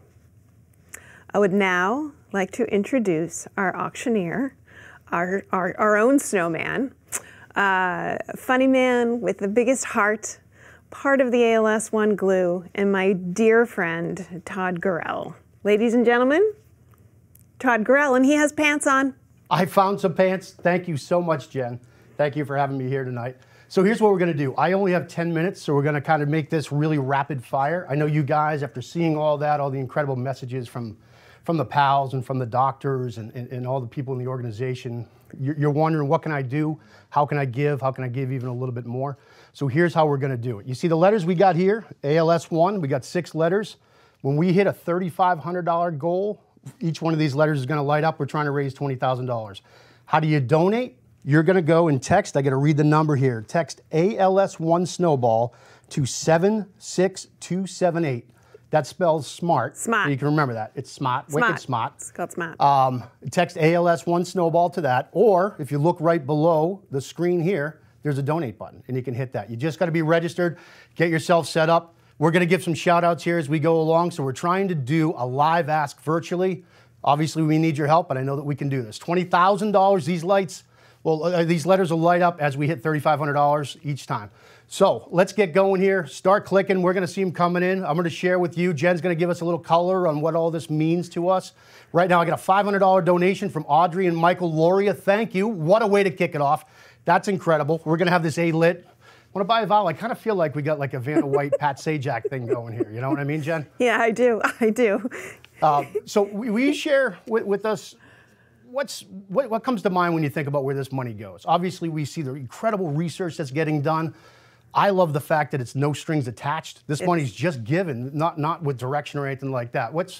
Share a little bit of your experience, Jen. Yeah. Todd, you're exactly right. It's unrestricted funds. It goes right into making an impact immediately. It does not sit in a pool. It does not sit around and stir. It goes right to research, right to the exact research that we're working on in our labs, and it goes right to care. It buys, for $650 is what it costs for a simple transport wheelchair. Wow. Hoyer lifts, things that are just exorbitant in nature that seem unnecessary, but are so essential if you're living with that disease. It's those are the things. Yeah. It's incredible what the cost is, the burden on the families and all of that. And that's what you guys are doing here tonight, obviously making a huge impact. So I got $100 coming in from Jennifer Alcocer. I don't want to say these names wrong, but I probably will because I'm a terrible reader. $100 from Jennifer Alcocer. So our total right now, we are almost there. All right, I got $250 coming through right now from... You got to give it to me. Mike Farricker. Thank you very much, Mike. Wow. I know we got $500. $500 from Ray Phillips. Banner, the Phillips family. I'm going to challenge you in a little bit, Ray. Stay tuned, my friend. But incredible, always there. $100 from Ashley's parents. I think that's got us there on the A. Again, I'm not good at math. I'm not good at reading or math, but that's okay. Jen? Huh? I got another question for you. Yeah. So you were talking about how there's no strings attached. Do you give the money to the researchers and to the care teams? Yeah. And they can just kind of do whatever they want with it. What's the most exciting thing that you've seen happen this year? Honestly, the launch of the platform trial. This is something that has been... Hold on, we got to let her lit. We got to let her lit. We've got an Elizabeth Walsh and Matthew... Wow. Matthew Cochran. Matthew Cochran. Again, this is all coming through live. The first time we're doing this. Sorry if I'm fumbling a little bit, but we got two $1,000 donations. Our A is lit. That's incredible. Our A is lit. We're happy. We got 6.5 minutes left to go, so we're going to kind of get into a speed round. I'm going to get back to that with you. It's kind of like, it's kind of like... Yeah. All right, so we need $3,500 to get the L lit. And let me see. This looks like a big number coming over. We've got a 500. No, hold. Is that another zero? What? I think we got a $5,000 donation coming over. Wow. Wow. Okay, yeah, so the Robert... Hold on, I'm going to wait till the whole thing gets up there because this is really big. How generous is this? This is incredible. So the Robert Bruno Gran Soriso Fund, and I know they have a great golf tournament every year. They do. How generous is that? That's incredible. They're actually $5,000. We just lit the L. The Bruno family is in Western Mass. They're out in Agawam, I believe. Okay. And Rob Bruno, I believe. That's probably who the donation is. Memory of Rob. Just incredibly generous. Yeah, I remember Ashley was telling me about the golf tournament that they have. And that is really neat. Okay, look at this. So we got ALS lit up. We got 5 minutes to go. I feel like we're getting there. I really do. Oh, Dean Martino, $100. Martino. That's my brother-in-law. Dean, you're awesome. Amazing. Thank you so much for getting us there. Here comes another 100 coming across the wire here. And again, folks, happen in real time. We're doing this here. We're zooming. So Dean, thank you for that $100 donation. I know that we've got another large donation coming across. I'm going to challenge a few of my friends out there as well. John Overbeck, I know that you had said that you wanted to give. You're actually on notice right now, John. And then Ray, I'm going to get you when we get down to the wire here. 4.5 minutes left. Let's get into a speed round here. How are we looking over on the tote board, Ashley? Looking good. Glad to hear that. Glad to hear that. Jen, you got any favorites you can call in here? I mean, I got 4 minutes to get. Oh, hold on. The O is lit. The O is lit. Jerry Keene and Kathy Gosnell. Not together. Both gave $1,000. Oh my goodness. Both gave $1,000. You guys are incredible, Kath. Love you so much. Thank you. Thanks, the best. Jared. Jerry Thanks, team. Kat. That is really special. That is really special. We've got ALS. Oh, we got that lit right now. We got also. We also need the N and the E. We're almost there. Frank Keogh. Look at this coming in. $500 from Frank Keogh. That is really, really incredible. Wow. So about 3.5 minutes left here. So Frank Keogh, $500. Oh, we got another big one coming across. Jan, can you read that? Oh, can you read that? Mike Garsha. It's Mike Garsha, $250. $250, Mike Thank you so, Mike. Thank you, Mike. Mike and Nicole, thank you. That's incredible. We got to be close. Am I right, Ashley? We're getting close on the end? We're getting down to about 3 minutes and 20 seconds here. $150 coming over from Christine Powers. Thank you so much, Christine. Thank you, Christine. I think Christine's Facebook name is Christine Has Superpowers. Christine. Oh, yes. Yeah. I've seen her interacting with the ALS page. That's right. Absolutely. It's so funny how you know people from Facebook and you feel like you know them. Like that sounds, you're right, Jen. That sounds right on. Yeah. Incredible. Everybody joining us tonight, too. Yeah. I'm sorry, I didn't mean to talk over you. I'm just excited. We got 3 minutes left, and we've got the N lit. The N is lit. So that means that we are at, I don't know how to do the math, but we're almost there. Like $17,000 right if you now. jumble those words, you can spell no ALS.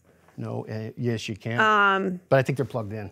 Oh, you don't mean right now. Well, I'm just saying. You're just meaning theoretically. Too much time with words with friends, I think. But hold on. Whoa. $1,000 just dropped by Bob McEwen.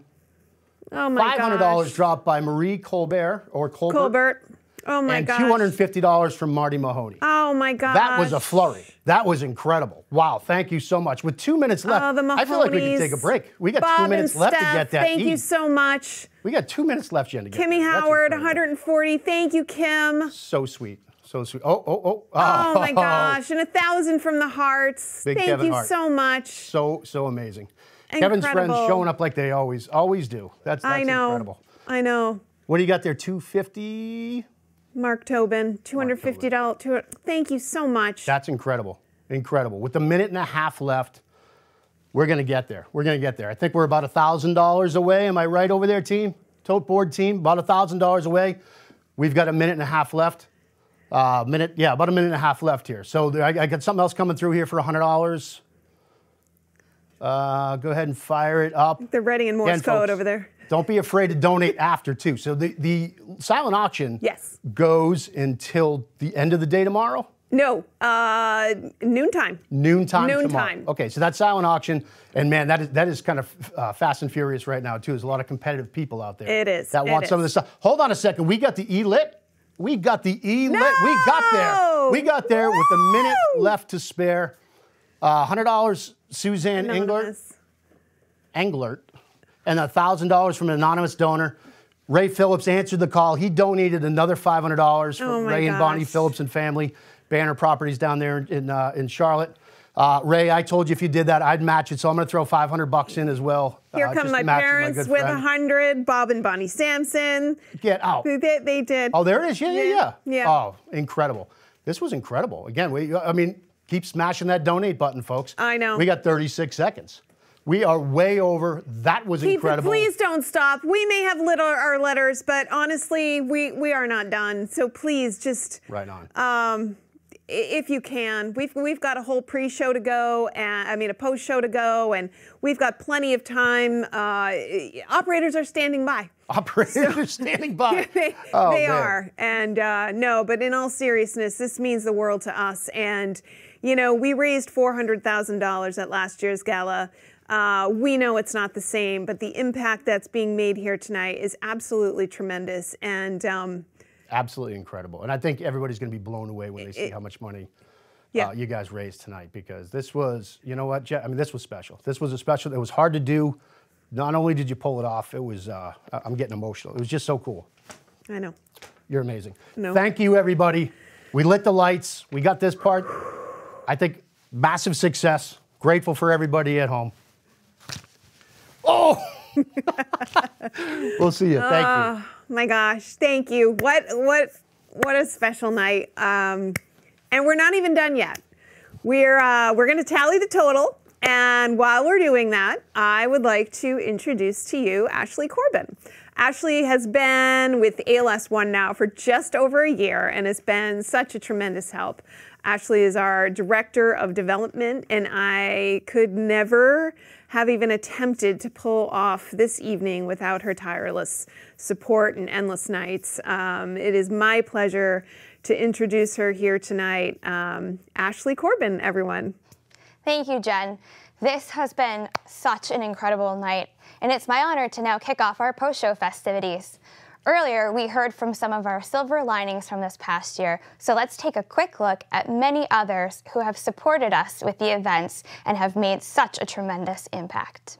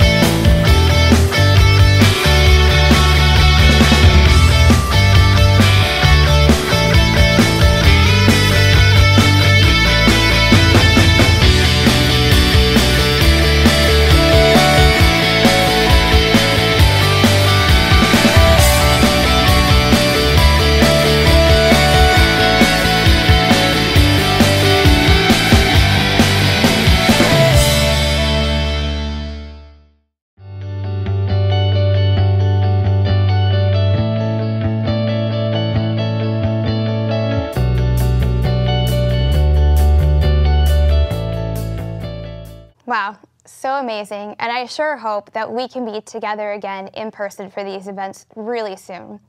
Well, folks, we tallied up the numbers, and I'm so beyond excited to announce that we have raised over $335,000 tonight. That's incredible. And we know that there are so many of you that just made so many donations during that ask. We couldn't keep up with the names, but we really want to thank all of you for tuning in and helping us out with that. You're wonderful. And don't forget, our silent auction items close at noon tomorrow, so let's get those bids in. Now, let's check back in with our founder sons, Jake and Joey of the Mixers, for another cocktail. Then, get your dancing shoes on and enjoy the great music by my wonderful friends, Devry. Please be sure to stay tuned until the very end to hear a special rendition of a song that we play every year to end the snowball. Thanks again for being with us tonight. Hey everyone, Jake and Joe Gosnell here. We are back. We hope you enjoyed the program. Now, before we hear some great music from Devry, we're going to go right in and make another specialty cocktail. This is going to be a warmer cocktail to help us wind down the night. Yeah, so today we are going to bring you guys around the kitchen. We're going to make a cocktail we call the Winter Warmer. So this is basically a mulled wine. This is something that you can find frequently abroad in Europe, specifically at the Christmas markets. We had the opportunity to indulge plenty of these when we were studying abroad in Prague, and they're absolutely great. So we're excited to show you guys how to make it, and hopefully you'll join us in tasting it at the end of the night. Yes. So for this cocktail, the majority of the preparation is going to take place on the stovetop. So we're going to bring you around back and show you how we do that. Hey everyone, we're back. We want to take you behind the bar to make this cocktail. As I mentioned, the majority of the work that goes into it is going to be on your stovetop. So the main ingredient of this is going to be a basic dry red wine. You can use any bottle lying around. You're not going to want to use any of your fancy bottles for this one. So first we're going to start. You're going to grab 2 cups of your basic dry red wine. You can also use white wine if you want, but we prefer red, whatever you want. So you're going to let the pan start warming up. You're going to pour in your red wine. And the main part of this cocktail is going to be the added flavor that we're going to be putting in there. Historically, mulled wine is comprised of using a variety of different spices. So as you can see here, we have cinnamon, clove, allspice, and nutmeg. And so we're going to throw this right in here. And then also to get that nice citrusy orange feel, we're going to cut up some oranges and just throw about 4 or 5 pieces of orange in there to let the wine absorb all of that nice citrus. So now this is the majority of the work that goes in. So all we do here, make sure you give it a stir to make sure all the ingredients are balanced throughout.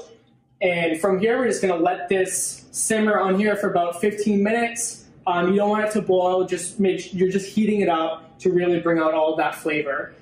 So we're going to let this sit for about 15 minutes. And we'll be back to serve. All right, hey everyone. So we just finished heating up our mulled wine, aka our winter warmer. So we'll let all of those ingredients combine for about 15 minutes. Just to recap, it's about a bottle or so of wine, red dry wine, a teaspoon of each of the different spices. So we use nutmeg, 2 cinnamon sticks, clove, and allspice. Those are really great winter flavors. So now we just fine strained it into this this serving glass. Basically, we want to make sure that we keep out all those little spices and the pieces of the orange. Yes. So now the next thing is to really choose your glass, something that can withstand heat. Just pour and enjoy. Yeah. So here, just grab another fine strainer just in case there's anything left. And you're going to pour and make sure that glass is full. And then now, just in order to finish it off, you're going to throw in some garnishes. So here we have an orange slice, or orange twist, and cinnamon stick. And so you can throw, any clove, cardamom, whatever you want in there. But this is the Winter Warmer. Mulled wine with allspice, clove, nutmeg, cinnamon, and orange. All right, we really appreciate you guys joining us for tonight's special event. Please enjoy the music, and we really, really appreciate your support during these tough times. Enjoy the rest of the 6th annual ALS 1 Snowball. Thank you from the Mixers. Cheers.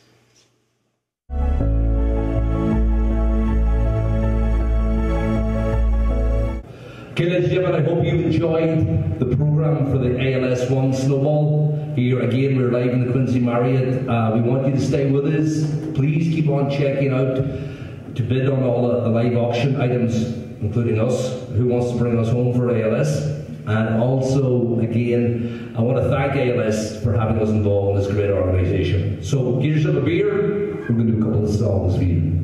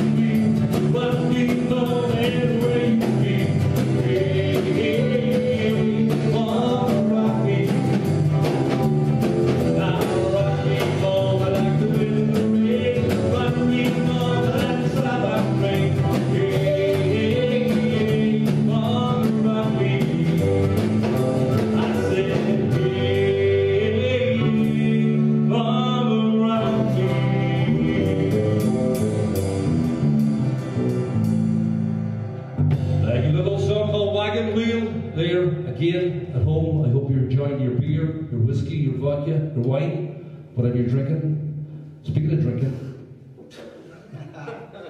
cheers everybody, and cheers for supporting ALS1. We're now going to do a song. We are known for being an Irish band, so we're going to do an Irish song. A song called Galway Girl. And if you're at home, please get up and dance. Sing along with us. And again, please keep on checking out the auction items. You can bid right up to the end of the show for the auction items.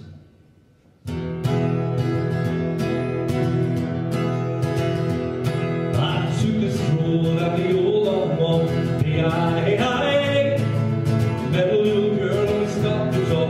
Ran stopped the eye, and as she friend, tell me what would you do? If her hair was black and her eyes were blue. You right there, I've been checking the world. Down the Saltville from the Galway girl.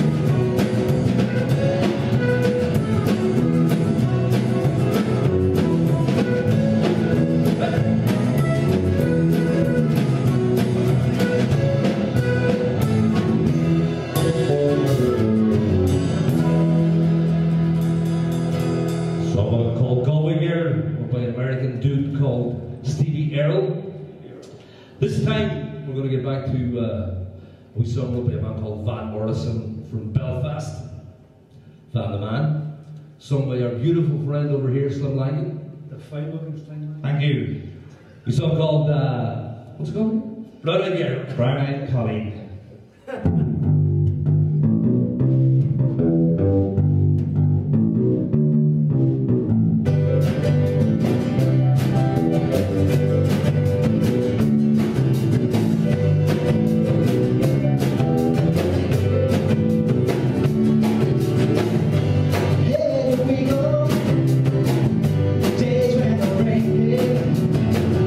Down all alone, waiting for you.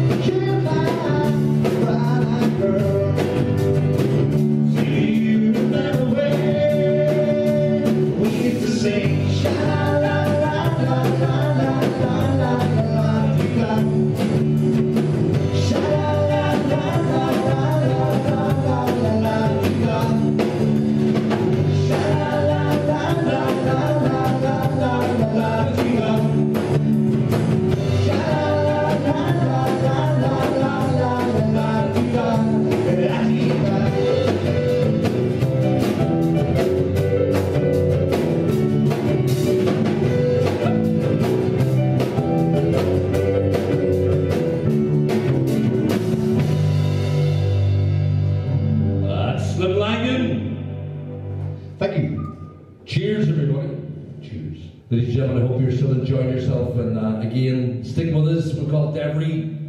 I hope you're halfway down a bottle of vodka or whiskey at the stage. We certainly are up here. So again, thanks for supporting ALS1. Keep on checking out the online auction items. We're going to do a Tom Petty song here.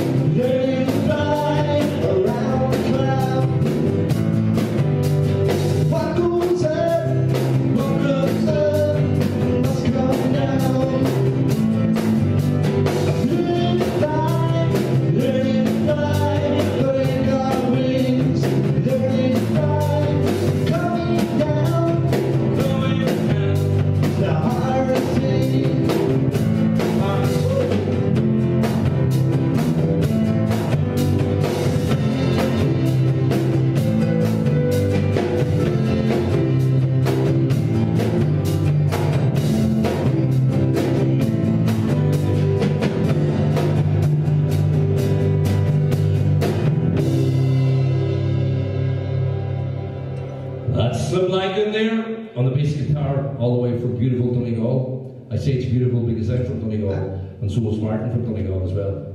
Robbie, where are you from? Braintree, Massachusetts. And the beautifully downtown Braintree, Massachusetts as well. County Braintree. Yeah. Right, I know we got a special request to do this song. A song called Country Roads.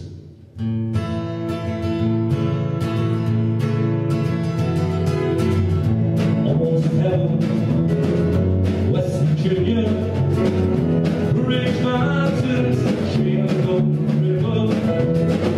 Life is open over the tree. When the mountains growing like the breeze, country roads take me home to the place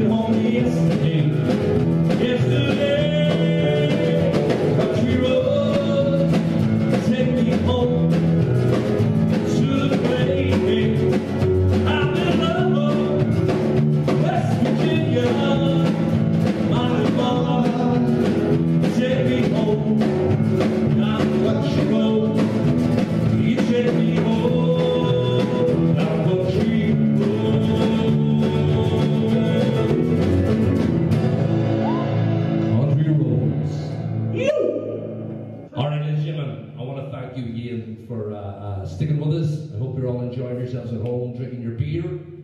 And again, I want to thank Ashley from ALS One for having us involved. Usually we do a Friendsgiving with Ashley, the cottage, every year. Another victim of COVID and coronavirus. We look forward to getting back to those days again and helping support ALS One. As I said, we're known as an Irish band, but we love all kinds of music, so we can do a couple of rock and roll songs for you this time. Started by Martin. 1, 2, 3. Shake,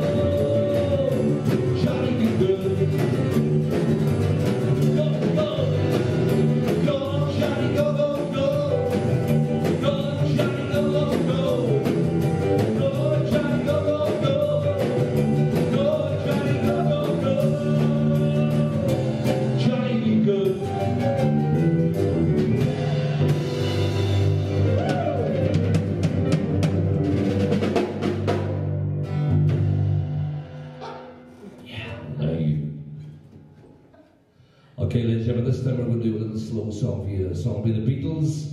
Again, here's a song by Mark.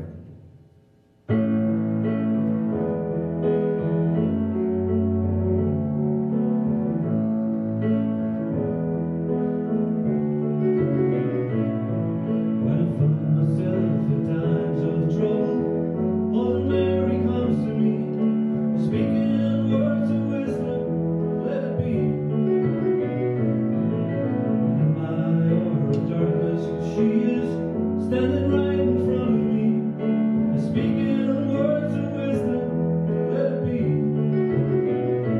let it be, let it be, let it be, Lord, let it be, speaking words of wisdom, let it be. When the broken-hearted people living in the world agree that there will be an answer, let it be.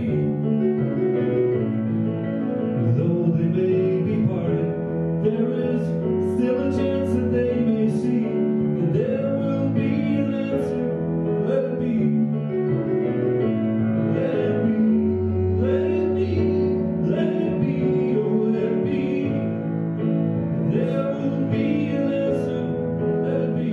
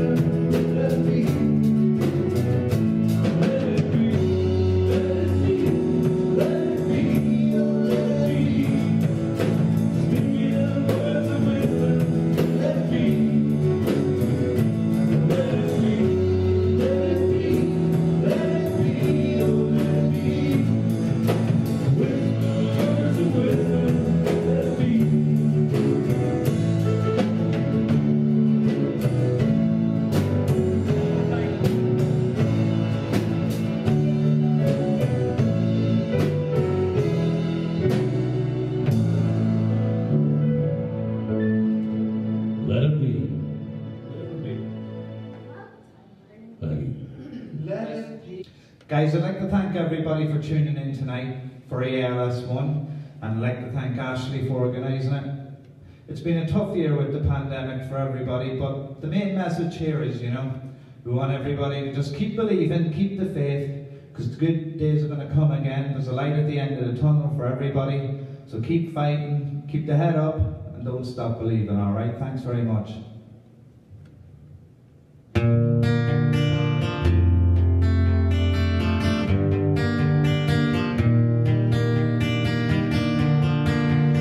A small town girl living in a lonely world.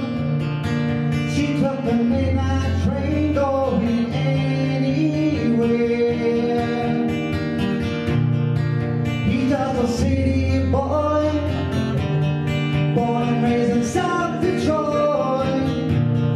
He took the midnight train going anywhere.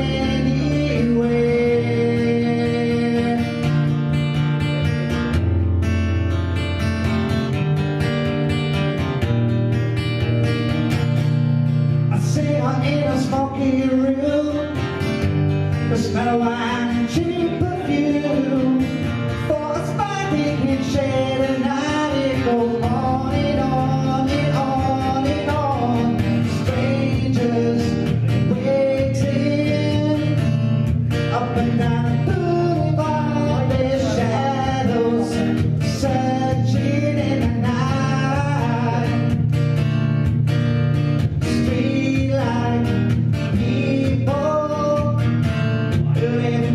thought of motion hiding somewhere in the night.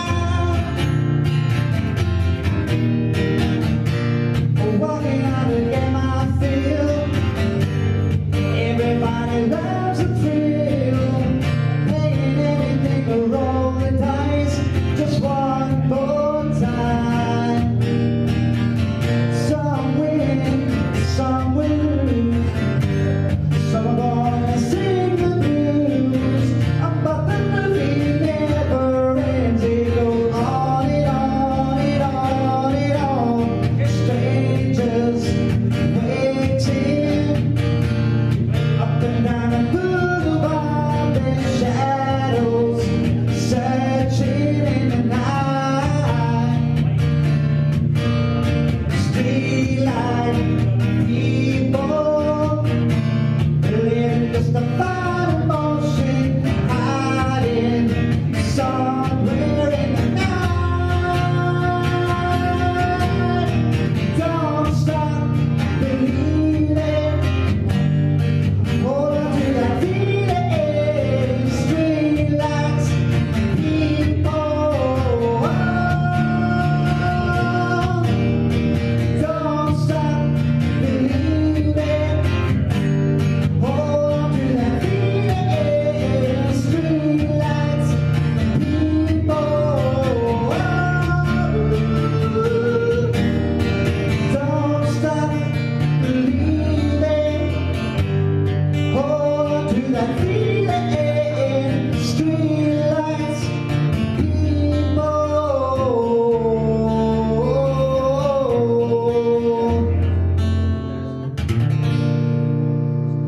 Don't stop believing, guys. Thanks very much.